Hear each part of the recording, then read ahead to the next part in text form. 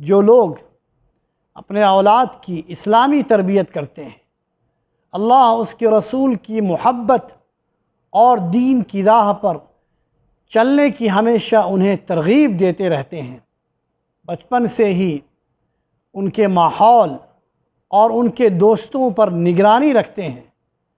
ان کے دوستوں پر نگرانی رکھتے ہوئے انہیں برے ماحول اور برے دوستوں کی صحبت سے بچاتے ہیں، یقیناً ایسی اولاد نہ صرف اپنے والدین کے لیے بلکہ اپنے پورے سماج اور پوری ملت کے لیے فائدہ مند ہوتی ہے۔ یہ نیک لڑکے کبھی تو ڈائریکٹ اپنے والدین کے لیے مفید ثابت ہوتے ہیں، اور کبھی تو یہ نیک لڑکے دوسروں کے ساتھ حسن سلوک کے نتیجے میں اور ان کی مدد کرنے کی وجہ سے